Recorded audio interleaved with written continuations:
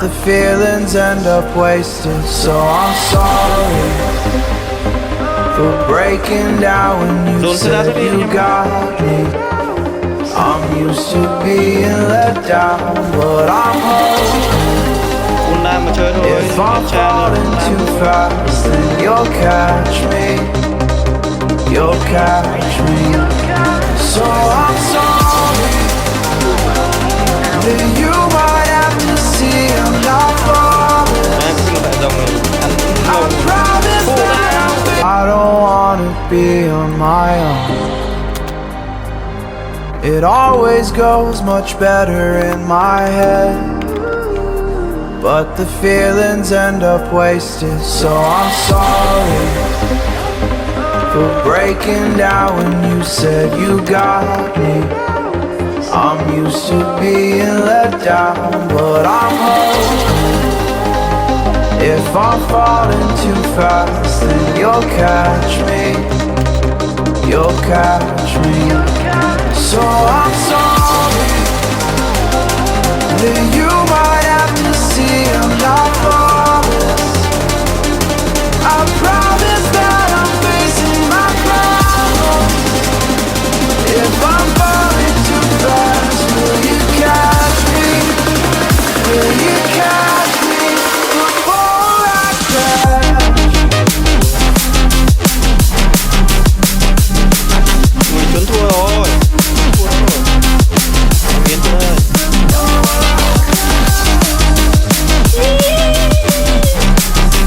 Đấy, ta chém chí mạng rất luôn.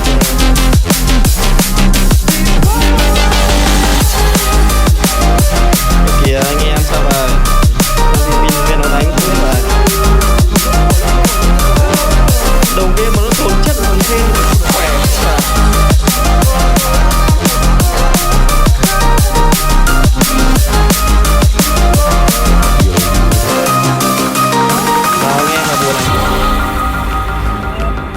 I'm so afraid that you'll run out of Tìm vào đi, tôi có chiếc ba mà.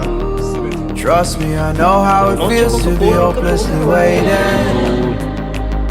Sometimes I don't know if I can even change, but I'm still trying.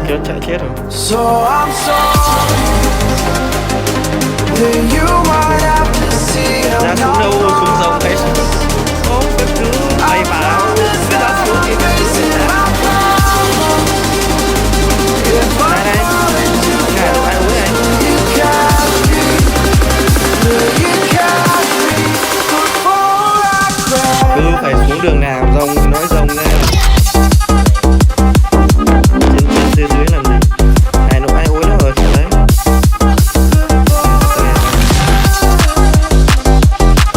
Ép vào bố xanh à?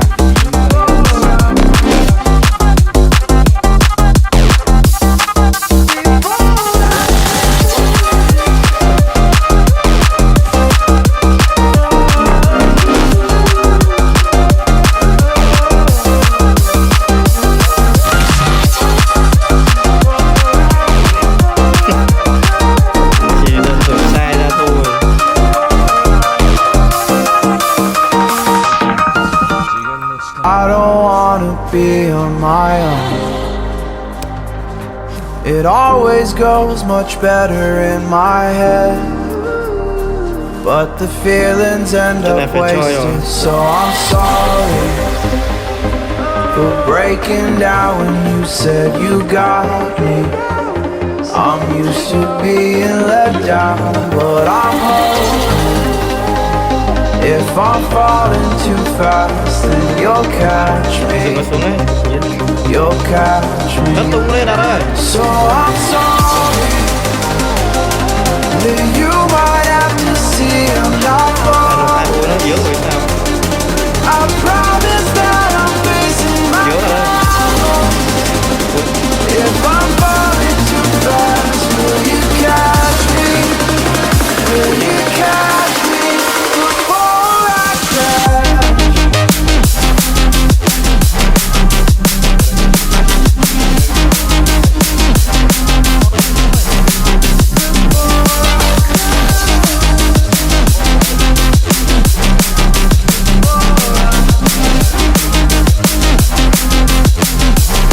kìa, đẩy hai kìa.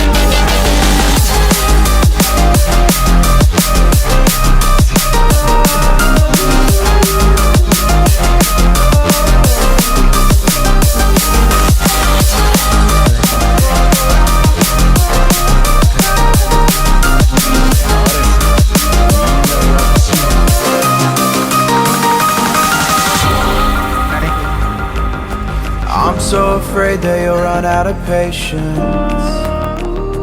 Trust me, I know how it feels to be hopelessly waiting. Sometimes I don't know if I can even change, but I'm still trying. So I'm sorry that you might have to see I'm not flawless. I promise that I'm facing my problems. If I'm falling too fast, you catch me. Will you catch me before I crash? Ý giời, tí nào chơi.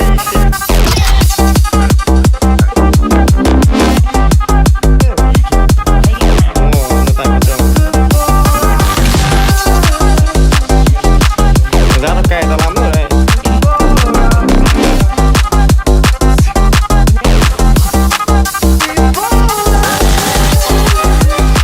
Chỗ này cho sớm, chỗ này nó nhiều phép á.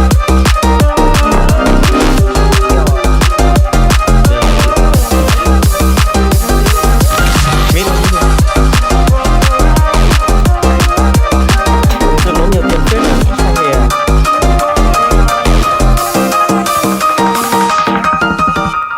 I don't wanna be on my own.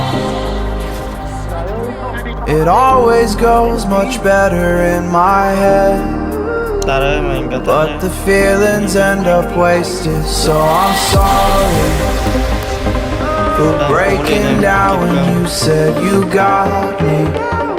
Check xa đi, I'm used to being let down, but I'm hoping if I'm falling too fast, then you'll catch me. You'll catch me. So I'm sorry that you might have to see I'm not flawless. I promise that I'm facing my problems. If I'm falling too fast, will you catch me? Will you catch me before I crash?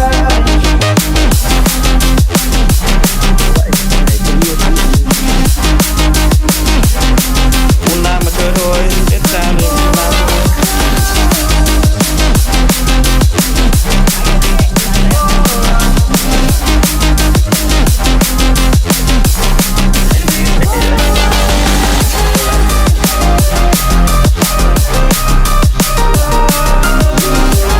Hay quá.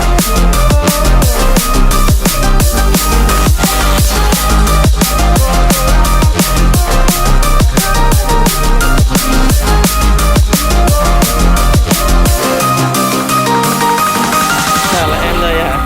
Ok tớt. Ok tớt I'm ơi, tớt so ơi. afraid that you'll run out of patience. Trust me, I know how it feels to be hopelessly waiting. Sometimes I don't know if I can even change, but I'm still trying. So I'm sorry that you might have to see I'm not flawless. Thời gian này. I promise that I'm facing my problems. If I'm falling too fast, will you catch me? Will you catch me before I crash?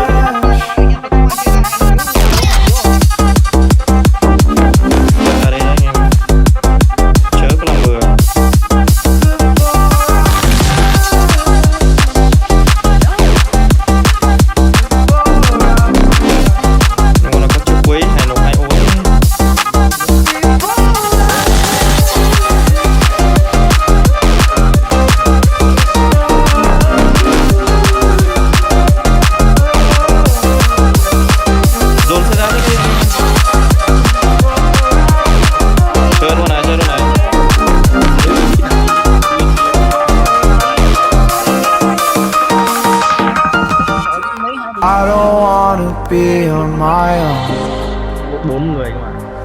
It always goes much better in my head, Quên sao nổi.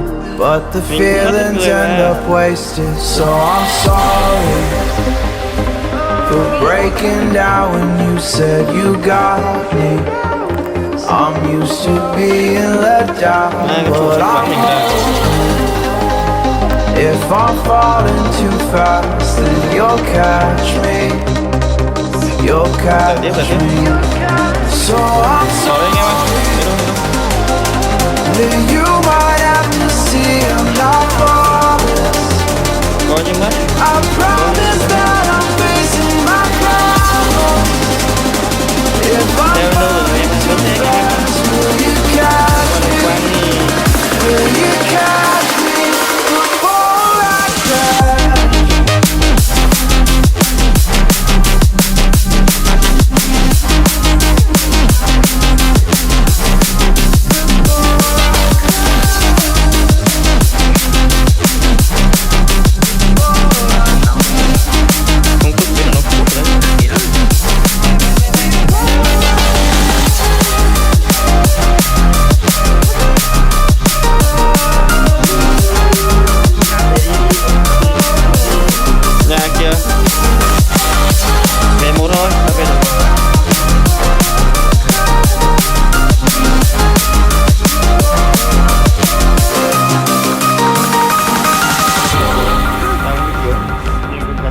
So afraid that you'll run out of patience.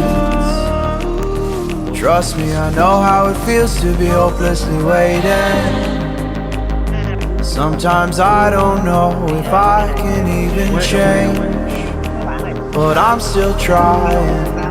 So I'm sorry that you might have to see I'm not flawless. I promise that I'm facing my problems. If I'm falling too fast, will you catch me before I crash?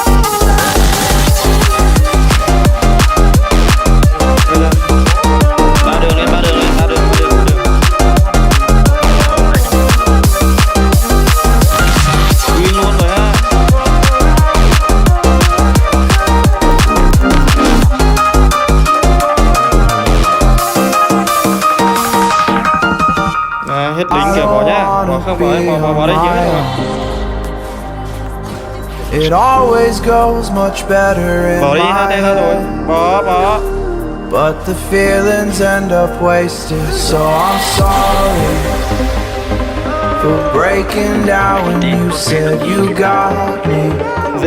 I'm used to being let down, but I'm